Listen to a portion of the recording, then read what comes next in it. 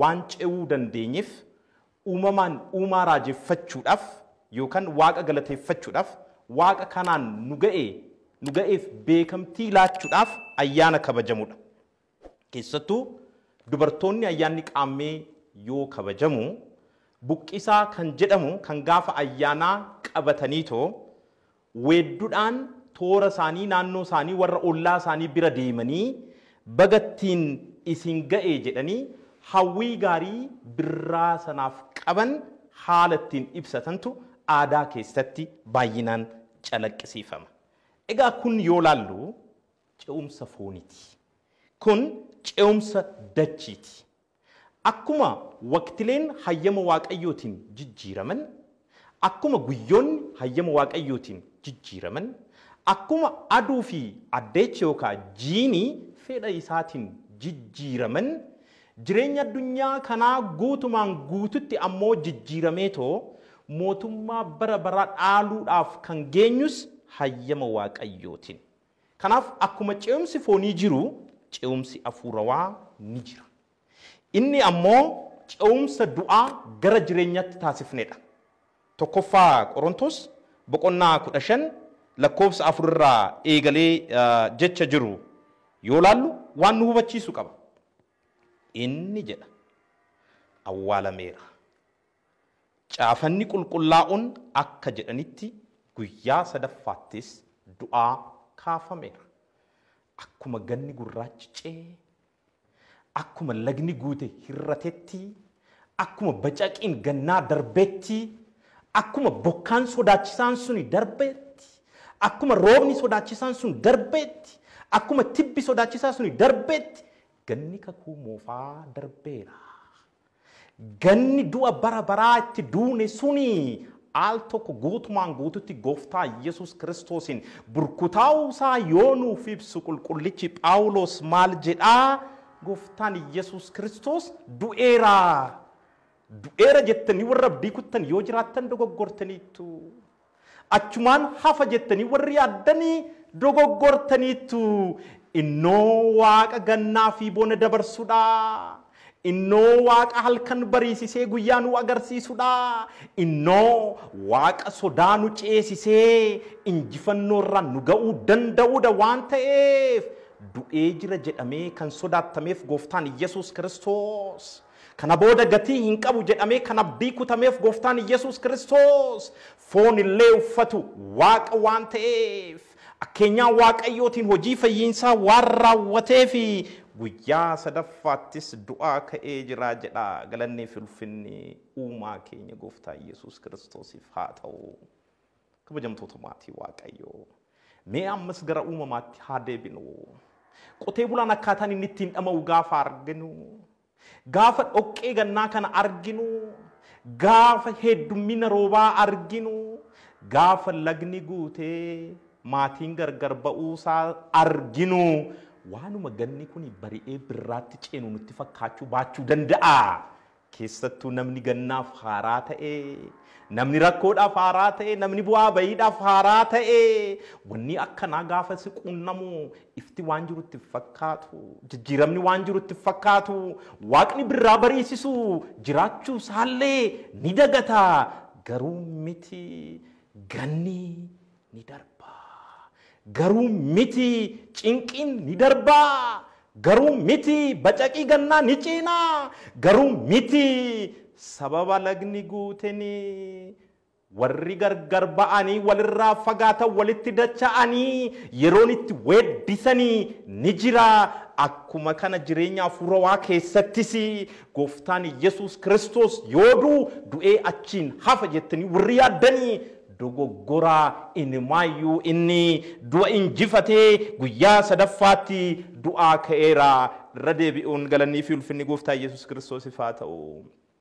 Egaa manni kiristaanaa teenya birraa kana yoo kabajju ce'umsa kana yaadachuudhaani ce'umsa foonii kanaan ce'umsa hafuurawaa ce'umsa dachii kanaan ce'umsa samii jireenya biyya lafaa kanaan jireenya bara baraa akka yaadannu akkaataa nu taasisuun manni kiristaanaa nu barsiifti jechuudha. Inumaayyuu akka mana kiristaanaa keenyatti yaadattu taanaan ayyaanni fannoo kabajamee bariituu isaatti jechuudha. Ayyaanni fannoo yoonan jedhu guyyaa gaafa jimaataa tibba dhukkubbii keessa jiru jechuu kooti. Guyyaa sana ayyaanni fannoo kabajamee bariituu isaa guyyaan jiru qidaamee shaaramte yookaan qidaamee su'uur jedhama. Guyyaa gaafa sanaa luboonni randa warra amanaatti deematu maal godhu buqqisaa qabatanii jiidha qabatanii hiru. Maal jedhaniitu hiru fannoo isaa nuuf jecha raawwatamee du'aa ka'umsa isaa dhugoomeenii nageenyi bu'ee jira jedhu. Fannoo isaatiin maaltu bu'ee? Nageenyatu bu'ee.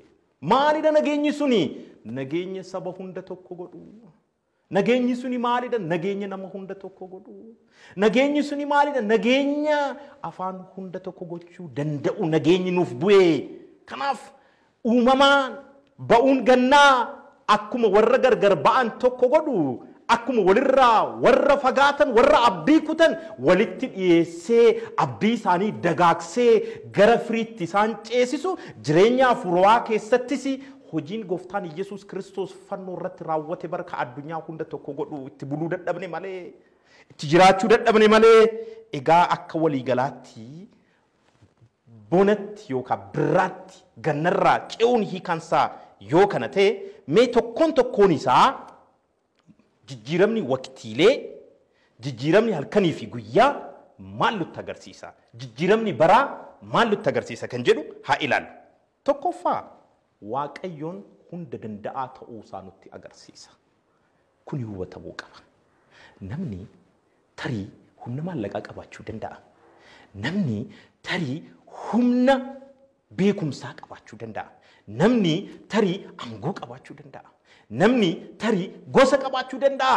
Humni kun hunduu gatiin qabu. Ammuma umuriin lakkaa'amu dulloomaa dhufa. Gaafa umuriin isaa ga'u ammoo addunyaa kanarraa ni darba. Ni burkutaa'a. Humni bara baraaf jiraatu. Humni namaa akkeenyaa Waaqayyootiin hin firoomne taanaan jireenya bara baraatti hin michoomne taanaan gonkumaa akka hin jirre hubachiisa. Faarfannoo 74:16 ilaaluun ni danda'ama. Kanuman duratti isiniif ibsee jechuudha. Guyyaan kan keeti. Halkanis ammoo kan keeti. Biiftuu fi ibsaa warra kaanis situ cimsee dhaabee bonaaf ganna situ uumee. Al tokko waa hundi harka keenyatti yoo galu waan feene raawwachuu waan dandeenyu nutti fakkaata garuu miti. Guyyaanis kanuma keenya nutti fakkaata garuu miti. Halkan kan bariisisu waan nuti nutti fakkaata.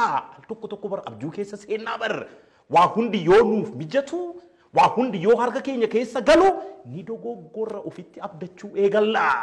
Waan of harkaa qabnu sanatti abdachuu eegalla. Jarana waanii kanarraa deebi'uu qabna. Keenyaa Waaqayyoon uumameera. Kan na uume Waaqayyoodha jedheetu namni amanu waa hundi harka kiyya jira jedheetu hiyya. Inumaayyuu kan inni yaadu Waaqayyoon hunda danda'aadha. Ni danda'a.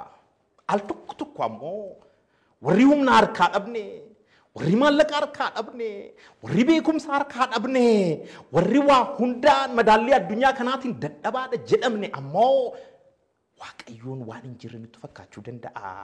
Innoo dhuguma hunda danda'aadha jennee gaafanna. Lakki maal taatan jira?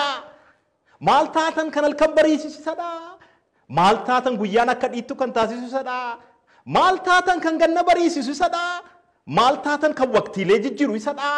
Maal taatan ka aduu baasu isadha? Maal taatan ka addeessa baasu ka ji'a baasu isadha?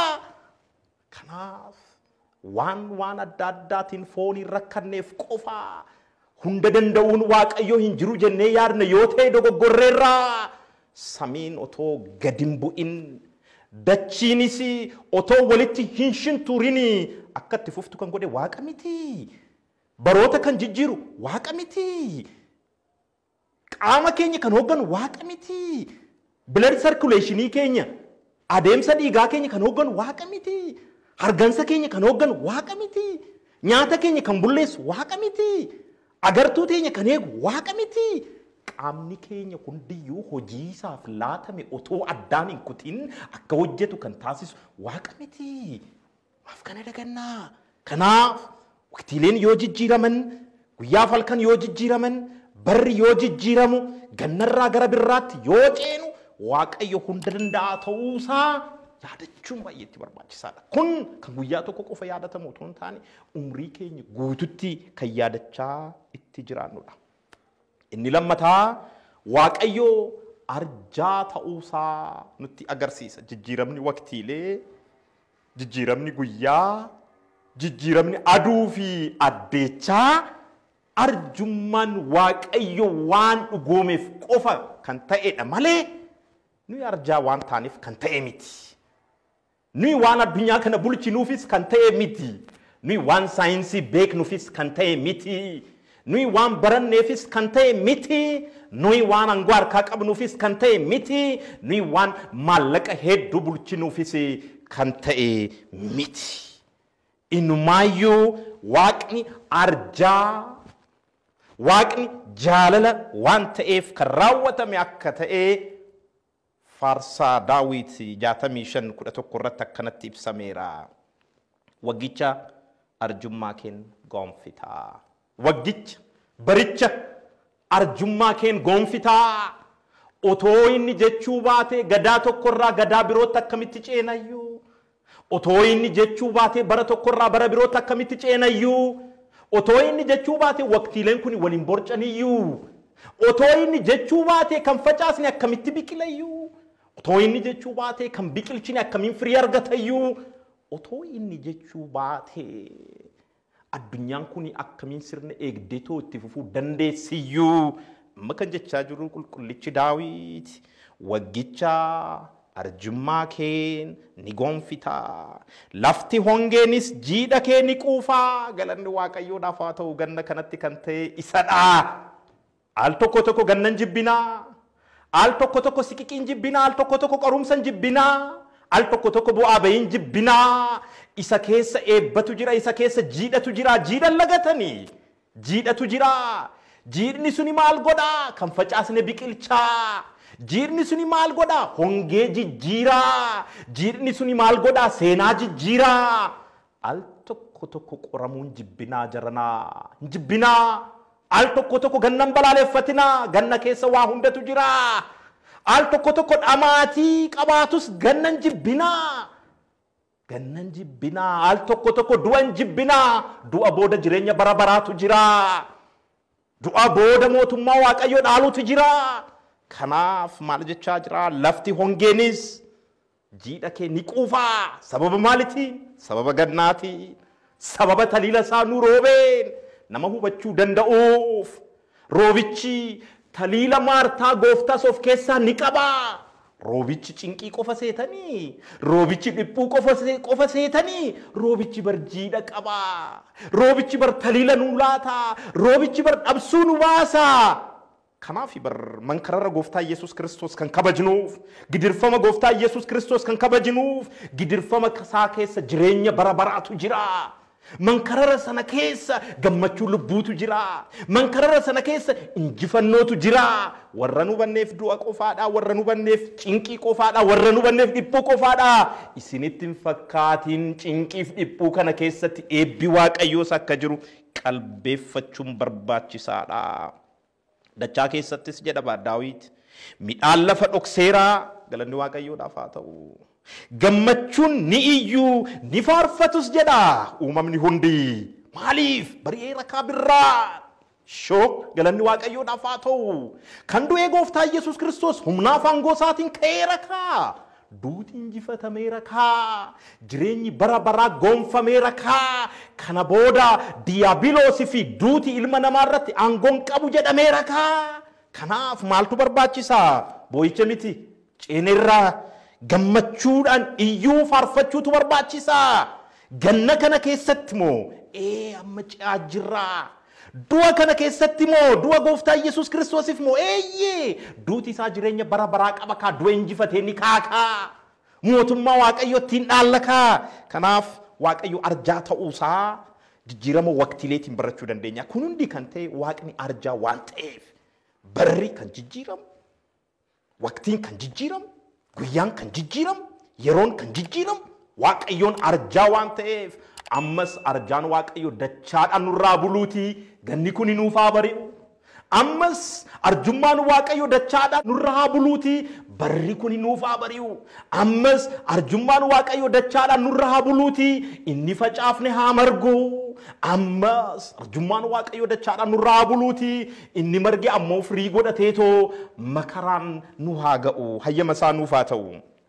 Inni sadaffaa waaqayyoon jiraataa bara baraa ta'uusaa jijjiirama waqtilee, jijjiirama guyyaa fi baraarraa barachuu ni dandeenya. Faarfannoo 11:24 irratti qulqullichi Daawit akkaataa namatti toluun ibsa. Baroonni kee ilma ilmaaf jedha. Agartanii waaqayyoon jiraataa bara baraatiif kanaaf itti abdannaa. Kanarra mul'atee boru baduu miti.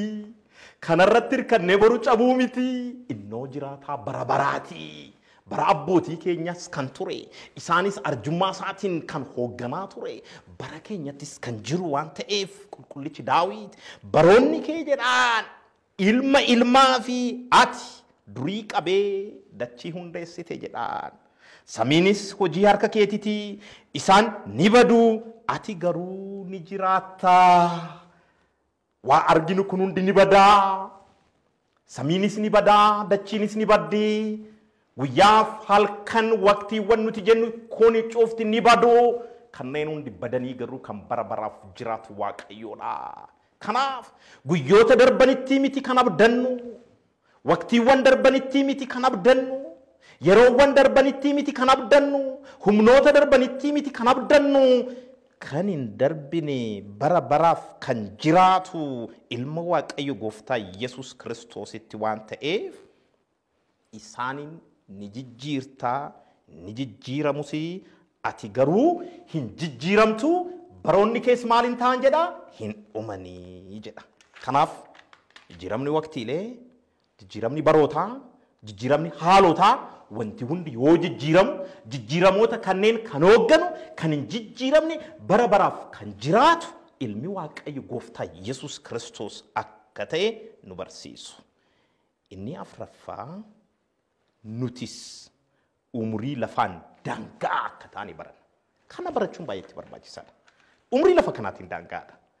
Nuti humni nuti qabnu daangaadha. Beekumsi nuti qabnu daangaadha. Kanaaf Daawit maal jedhaa? Faarfannoo 6:28 irratti barri keenya akka margaatii akka abaaboo daggalaati jedha. Ni daraara yemmuu itti bubbeen bubbisus maal ta'a jedha? Ni darba jedha. Kanaaf barri nuti qabnu akka margaati. Wanni ittiin boonnu hin jiru. Barri keenya kan ittiin abdatanii miti. Kan ittiin of jajnus miti. Kan ittiin jilbeeffannee waaqa fuulduratti gaabbiitti galluudha. Kanaaf barri keenya akka margaati jedha. Akka abaaboo daggalaatti ni daraara. Yemmuu bubbeen itti bubbisu ammoo ni darbaa jedha. Isuma kana caqasuudhaan qulqullichi Phexros ergaa isaa isa tokkoffaa boqonnaa 1:24 irratti maal jedha? Namni foon uffate hundinuu akka margaatti, ulfinni isaa hundinuus akka daraaraa margaati jedha. Argaa jirtu? Namni foon uffate hundinuu akka margaati jedheeti. Ulfinni isaa hundinuu akka daraaraa margaati. Daraaraan margaa gaafa jiidhee ulfina qaba, gaafa goggoge kosiidha jedhamee gatama, gubachuus danda'a. Daraaraan margaa gaafa jiidhee qofa bareeda. Ilmi namaas ammuma dargaggummaa isaatti, ammuma maallaqa harkaa qabutti yookaan aangoo harkaa qabutti yookaan beekumsa harkaa qabutti kabajamuu danda'a. Saanala kanneen of harkaan qabu taanaan tarii darbatamuu danda'a. Kanaaf kun hundi kan darbu waan ta'eef waaqayyootti hirkachuu akka qabnu yoo nutti agarsiisudha qulqullichi Phexros. Jecha qulqulluu Daawit erga caqasee booda maal jedhaa? Dubbiin gooftichaa garuu jedha lakkoofsa 25 irratti hafee bara baraan ni jiraataa. Marga coollagaarraayis hafee addunyaa darburraayis hafee guyyoota darbanirraayis hafee waqtiiwwan jijjiiramanirraayis hafee baroota jijjiiramanirraayis hafee jechi Waaqayyo garuu dubbiin isaa garuu bara baraan ni jiraataa jedheet dubbiin kun maali jettanii kan gaafattanii yoo jiraattan dubbiin kun immoo isa misiraachoo isinitti himameedha. Maalidha misiraachoon kuni? Misiraachoo dachii mitinni. Maalidha ree? Misiraachoo samii, misiraachoo jireenya bara baraa. Waa'ee maalii dubbata misiraachoon kuni? Akkana jedha. Tokkoffaa Qorontos boqonnaa 15 lakkoofsa 23 irratti kun hundinuu akka tarree isaaf qofaa qophaa'etti ni ta'a. Kiristoos jedha jalqabatti ka'ee jiraata akkuma ta'e warri kan Kiristoos ta'anis yeroo inni deebi'ee dhufutti ni jiraachifamu jedha. Galanni ulfinni isaaf haa ta'u. Kiristoos jiraata akka ta'e warri itti bulan ammoo misiraachichi kana dhagaa. Jireenya bara baraa yemmuu inni dhufu, yemmuu addunyaan darbitu, yemmuu wanni itti abdannu hundinuu darbu jireenya bara baraa ni gonfatu jedha. Waa'ee misiraachoo kanaatiif cinqamuu qabna. Inni biroo Efesoon boqonnaa 2 lakkoofsa 10 irratti maal jedha? Hojii gaarii hojjechuudhaaf Kiristoos Yesuusin uumamtanii jedha. Egaa erga foon dadhabaa qabaannee erga wanni qabnu kan darbu ta'ee maalidha ree nuti jireenya bara baraa waliin wanni nuu uumame yoo jenne seera uumaa boqonnaa 1 lakkoofsa 26 irratti maal jedha? Koottaa akka bifa keenyaatti akka fakkaattii keenyattis nama ni uumnaa jedha. Kanaaf namni fooniin dadhabaa ta'ullee namni umrii dachii kanaatiin bara baraaf jiraachuu baatullee fakkaatii fi akkeenyaa Waaqayyootiin waan uumameef waan hojiin fayyinsaa ammoo isaaf raawwatameef jireenya bara baraatiif kan kaadhimamedha. Durumaa bari yoo uumamu bu'uura Efesoon 2 lakkoofsa 10 irratti ibsameen hojii gaarii akka hojjetuuf ilmi namaa kan uumame. Egaa amma bara haaraa jennee yoo kabajnu yookaan birraan bariite jennee yoo kabajnu abaaboon daraare jennee yoo kabajnu imaanaa nuu laatame akkaataa kanaan yaadachuun ni barbaachisa. Maaliifan uumame? Maafan dachii kanarratti dhufee? Foon dadhabaa qabaadhullee umrii yeroo dangaadhaaf jiraatu qabaadhullee humna dangaa qabaadhullee bifaa fakkeenyaa Waaqayyootiin uumamuun kiyya maal agarsiisaa jennee gaafachuudha. Kanaaf qulqulluun Phaawulos hojii gaarii akka hojjechuu qabdan isinitti agarsiisaa jedha. Maal gochaa jirra ree? Hojii gaarii hojjechaa jirraa? Waqtiiwwan hojii jiraman kana gaafachuun barbaachisaadha. Gaabbaa jirraa? Uummata keenya tajaajilaa jirraa? Hawaasa keenya tajaajilaa jirraa? Maatii keenya tajaajilaa jirraa? Mee maal gochaa jirra? Jireenyi keenya dhuunfaa maalidha? Kan aangoo qabu aangoo isaatiin, kan maallaqa qabu maallaqa isaatiin, kan humna qabu humna isaatiin, kan beekumsa qabu beekumsa isaatiin hawaasa kanaaf maal hojjechaa jirraa? Silaawoo nuyi hojii gaarii hojjechuudhaaf dachii kanarratti uumamne, silaawoo nuyi mootummaa Waaqayyoo labsuudhaaf dachii kanarratti uumamne, silaawoo nuyi akkeenyaa Waaqayyoo fi bifa isaatiin waan uumamneef eenyummaa Waaqayyoo amala Waaqayyoo kana labsuudhaaf dachii kanarratti deddeebi'aa jedhamnee too uumamnee maal gochaa jirraa jedhanii irra deddeebi'anii of gaafachuun barbaachisaadha. Mee seenaa wangeela Luqaas boqonnaa 13 lakkoofsa 6 haga 9 irratti jiru haa ilaallu. Maal jedhaa? Waa'ee muka arbuu tokkooti ibsa. Namni tokko jedha muka arbuu maasii isaa keessa dhaabame tokko qaba ture jedha. Inni firii irraa barbaaddachuu dhaqee homaa irraa dhabee jedha. Ija yookaan firii barbaadu yoo irraa dhabu maal jedhaanii namicha isa maasii isaa eeguun ilaa waggoota 3 muka kanarraa ija barbaachuudhaaf dhufe garuu homaa irraan arganne. Kanaaf muri maaliif lafa balleessaa jedheen. Namichi sun jedha lakkoofsa 8 irratti garuu deebiseef yaa gooftaa mee waggaa kanaaf hammaani naannoo isaa soqee xaawootti naqu bara eegare tole jedhee yoo ija godhateef ba'eessaa yoo dide garuu ni murtaa jedheeni. Kuni ammoo iyya ergamoota Waaqayyooti.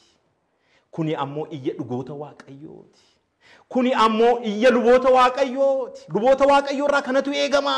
Waaqayyoon waan nuti firii hin buufanneef gaafa nu adabuudhaaf jedhu luboonni araarsan, luboonni kadhatan ni barbaachisu. Ergamoonni waaqayyoo nu kadhatu, dhugoonni kadhatan nu barbaachisu, abbootiin nuuf kadhatan nu barbaachisu. Waaqayyoon bara baraa nurraa firii barbaada. Barri gaafa jijjiiramu kana gaafachuun ni barbaachisa. Mukti kun firii buufateera jedhanii gaafachuun ni barbaachisa. Namni kaampaanii dhaabe kaampaaniin kun bu'aa buusaa jira jedheetu akkuma gaafatu. Namni jireenya furawaa jiraatu ammoo ani bu'aa buusee jira jireenya furawaa kiyyaa jedheetu gaafachuu qaba. Namni mana kiristaanaa tokko hoogganaa jiru manni kiristaanaa too bu'aa maal buustee hoolota meeqa sassaabdee nama meeqatu gaabbii galee hoomaa hagamii nam baay'ifadhee jedheetoo irra deddeebi'ee gaafachuu qaba. Namni biyya bulchus akkasuma Muummanni irraa barbaaduun maalan hojjedhe jedheetoo akkaataa kanaan gaafa of gaafachuu danda'ee waaqayyoon jireenya keenyatti gammaduu danda'a. Akkaataa itti uumamneef jiraachuu keenya mirkaneeffachaa jirra. Kanaaf yeroo baay'ee akka ofitti hin deebine kan nu taasisu bonaa fi ganna inni uumuusaa dagachuudha.